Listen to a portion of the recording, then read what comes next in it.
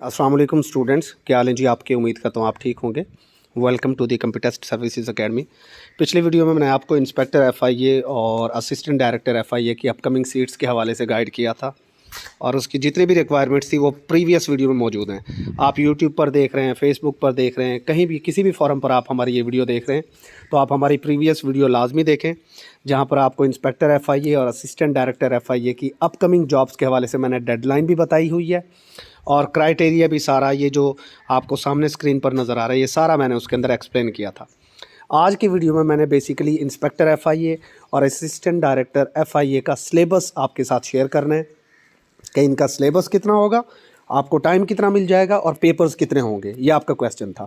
Next, नायब तहसीलदार की जो अपकमिंग सीट्स हैं उसके हवाले से भी मैं इसी वीडियो के अंदर आपको बता दूंगा कि क्या सीट्स वाकई आने वाली हैं या नहीं। फ्यूचर में जो हमारी वीडियो आएगी नेक्स्ट वीडियो, उसके अंदर मैं तहसीलदार की अपकमिंग सीट्स और नायब तहसीलदार के जो एग्जैक्ट पेपर्स होने जाएंगे होंगे उसके हवाले से आपको गाइड कर दूंगा। ठीक है, तो एक तरतीब से अगर आप हमारे चैनल को फॉलो करें तो आपको सारी चीज़ें एक एक करके यहाँ पर मिलती रहेंगी। तो इंस्पेक्टर एफआईए और असिस्टेंट डायरेक्टर एफआईए के सिलेबस को मैं आपके सामने यहाँ पर क्लियर कर देता हूँ। इंस्पेक्टर एफआईए जो कि 16 ग्रेड की सीट होगी, इंशाल्लाह बहुत जल्दी अनाउंस हो जाएंगी, फेडरल पब्लिक सर्विस कमीशन के थ्रू ही आएंगी। आप में से काफ़ी लोगों ने एक सवाल पूछा था कि सर ये क्या पीपीएससी के थ्रू आती है। नहीं भाई, एफआईए जो है ना फेडरल इन्वेस्टिगेशन एजेंसी है, तो फेडरल पब्लिक सर्विस कमीशन के थ्रू ये सीट्स आएंगी और ये सारी रिक्वायरमेंट भी यहाँ पर लिखी हुई है। पहले भी मैं बता चुका हूँ कि सेकंड क्लास आपको ग्रेड सी बैचलर्स डिग्री चाहिए होती है, यानी कि 14 साल तालीम, 14 ईयर्स आपके पास क्वालिफिकेशन होनी चाहिए, कोई भी आपका सब्जेक्ट हो। ठीक है, बीए, बीकॉम, बीएससी, बीएस, कोई भी डिग्री हो, 14 साल आपके पास डिग्री होनी चाहिए। फिजिकल स्टैंडर्ड में मेल की अगर बात करें तो 5 फुट 6 इंच आपको हाइट चाहिए और चेस्ट 32 से 33.5 चाहिए। फीमेल्स की बात करें तो 5 फुट 2 इंच आपको हाइट चाहिए होती है। ओके, तो ये हो गई आपकी क्वालिफिकेशन एंड फिजिकल स्टैंडर्ड्स। उसके बाद हम बात कर लेते हैं इसका पेपर क्या होगा। भाई इसका पेपर होगा ऑब्जेक्टिव टाइप एमसीक्यूज पेपर होगा, 100 मार्क्स का एक ही पेपर होना है। इस बार कोई आपका डिस्क्रिप्टिव पेपर नहीं होगा, वन पेपर पॉलिसी एफपीएससी लेकर आ चुका है, आपको पता है। इसके अंदर 20 मार्क्स की आपकी इंग्लिश होगी पार्ट 1 में। इस 20 मार्क्स को पास करना लाजमी होता है, कभी कभी इस बार तो एफपीएससी इसको लाजमी करेगा। ठीक है, ये बेशक वो अपनी पॉलिसी में शो नहीं करता, लेकिन ये 20 मार्क्स बड़े इंपॉर्टेंट होते हैं। इसलिए मैं कहता हूँ कि हमारे सेशन को ले लोगे तो वहाँ पर सारे सब्जेक्ट्स आपके क्लियर हो जाते हैं। पार्ट 2 में आपके जनरल इंटेलिजेंस के 80 मार्क्स होते हैं। इसके अंदर फिर आगे मजीद डिवीजन है, ये यहाँ पर इनकी मजीद डिवीजन डिटेल के साथ मौजूद है। इंग्लिश का जो पोर्शन आएगा इंस्पेक्टर के पेपर में, इसके अंदर वोकैबुलरी इंस्पेक्टर के पेपर में शामिल नहीं है। यहाँ पर आपकी ग्रामर आ जाती है, ग्रामर के अंदर आपके पार्ट्स ऑफ स्पीच हैं, सेंटेंस करेक्शन है, डायरेक्ट इनडायरेक्ट है, एक्टिव पैसिव हैं, कंडीशनल सेंटेंस, मतलब सेंटेंसेस की जितने भी टाइप्स हैं। उसके बाद सेंटेंस स्ट्रक्चर में भी वही चीज़ें आ गई।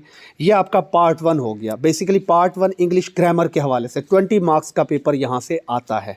ठीक है, और ये 20 नंबर का पोर्शन बहुत इंपॉर्टेंट रोल प्ले करेगा, क्योंकि एक ही पेपर है जो आपकी तकदीर बदल देगी।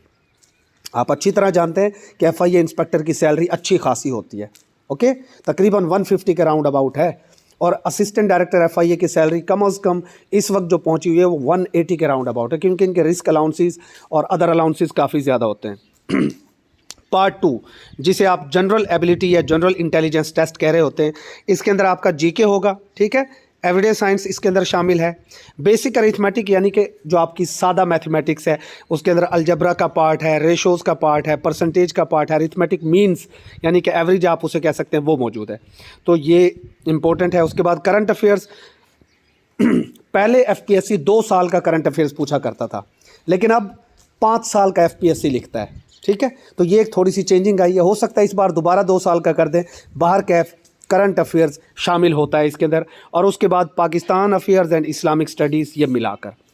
अब ये पार्ट 2 के अंदर टोटल 5 हिस्से हैं इंस्पेक्टर के अंदर। इन 5 हिस्सों में से 80 नंबर का पेपर आएगा। ठीक है, और उसने कहा equal weightage for each topic, her topic से इक्वल मार्क्स का पेपर होगा। ठीक है, आप 80 को 5 पे तकसीम करें तो ये तकरीबन आपके पास 16 नंबर बनते हैं, यानी 16 नंबर का जनरल नॉलेज, 16 नंबर की एवरीडे साइंस, 16 नंबर की मैथमेटिक्स, 16 नंबर का करंट अफेयर्स और 8 नंबर का पाकिस्तान अफेयर्स, 8 नंबर की इस्लामिक स्टडीज़ आपके पास आ जाएगा। ओके जी। तो ये इसकी हो गई आपकी मार्क्स की डिवीजन। इस तरीके से आपके 100 मार्क्स पूरे हो जाते हैं।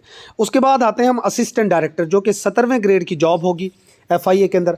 बहुत बड़ी जॉब, सिर्फ एक पेपर से आप हासिल कर सकते हो और इसकी भरपूर तैयारी हम अपने सेशन में करवा रहे हैं। स्क्रीन पर आपको नंबर नज़र आ रहा है, इसके ऊपर व्हाट्सएप करोगे, हमारा सेशन ज्वाइन कर लोगे। जिन लोगों ने राब्ता कर लिया है, सेशन जो हमारे फेब के फर्स्ट वीक में स्टार्ट होने जा रहा है अभी, जिन लोगों ने राब्ता कर लिया, आपको जवाब नहीं मिला, आप अपनी बारी का वेट करें, आपको जवाब मिलेगा, आपको एनरोल किया जाएगा।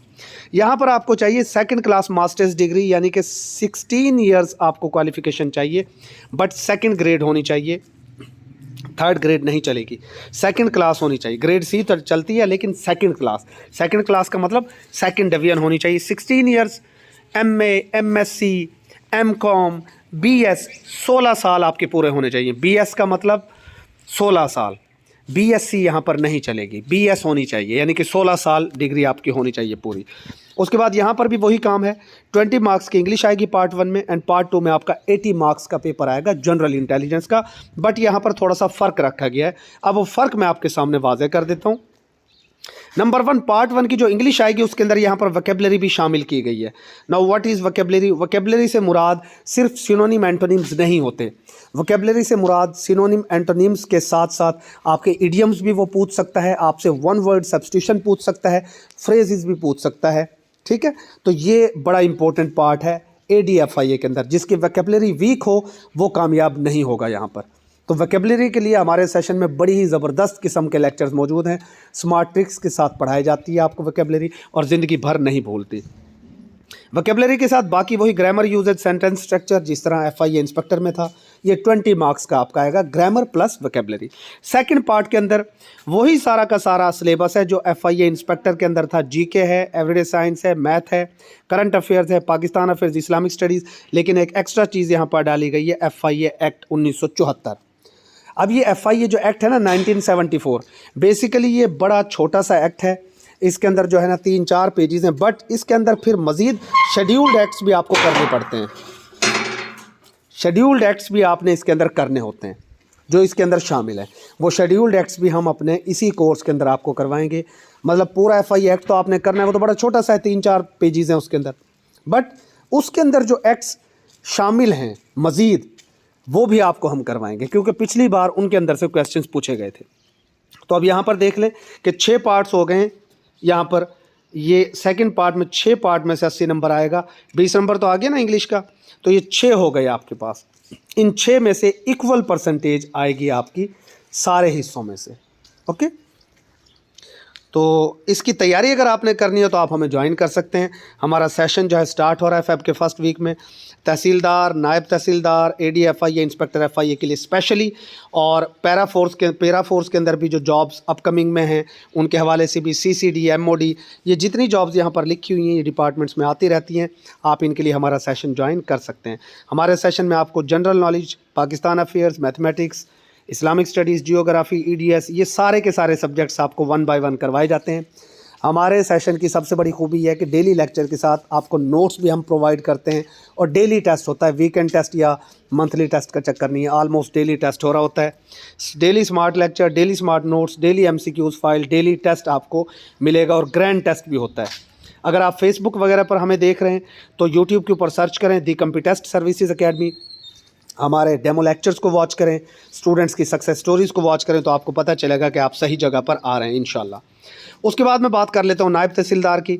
नायब तहसीलदार के हवाले से बोर्ड ऑफ रेवेन्यू ने तमाम कमिश्नर्स को लेटर जारी कर दिया है, क्योंकि जो पुराने एंटीज़ भर्ती हुए थे नायब तहसीलदार 2022 के अंदर जो भर्ती हुए थे ना, उनको प्रमोट किया जा रहा है अब तहसीलदार की सीटों के ऊपर। ठीक है, गो के इसमें टाइम लग जाएगा, बिकॉज टोटल जो है 2022 में मेरे ख्याल है 141 नायब तहसीलदारों की भर्ती हुई थी, और कुछ पुराने भी हैं ऑलमोस्ट 90 के राउंड अबाउट। तो टोटल ये 233 नायब तहसीलदार मौजूद हैं जिनकी प्रमोशन होगी। लेकिन ये सब की इकट्ठी नहीं हो जाएगी, पहले एक DPC आपकी बैठेगी। फर्स्ट DPC के अंदर ऑलमोस्ट 70 जो है प्रमोट हो जाएंगे, फिर दूसरी DPC बैठेगी, उसके अंदर भी आलमोस्ट 70 प्रमोट हो जाएंगे। यानी पहले 140, पहली 2 DPCs में आलमोस्ट आने के चांसेस हैं, 100 तो कम अज़ कम हो ही जाएंगे। 140 का बहरहाल सुनने में आ रहा है। तो ये DPCs होने का मतलब ये है कि अब सीटें ऑफ कोर्स आपके लिए क्रिएट होंगी, वैकेंसी पोजीशन बढ़ेगी, इसी तरीके से तहसीलदार भी प्रमोट हुए हैं, पीएमएस ऑफिसर्स, लेकिन वो मैंने पिछली वीडियो में एक्सप्लेन किया था, ए क्लास बी क्लास का भी एक चक्कर होता है। ठीक है, तो ये ए क्लास की जो है ना प्रमोशन हो रही है, लिहाजा ए क्लास की जो नायब तहसीलदार की सीटें हैं वो आएंगी।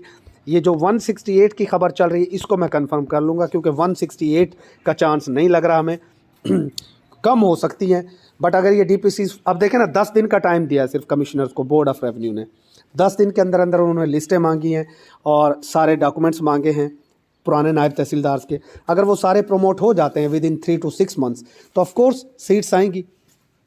तो इसकी भी तैयारी कर लें, नायब तहसीलदार की सीटों की और प्लस तहसीलदार की सीटों के हवाले से भी। ये भी बहुत जल्द पीपीएससी अनाउंस करेगा।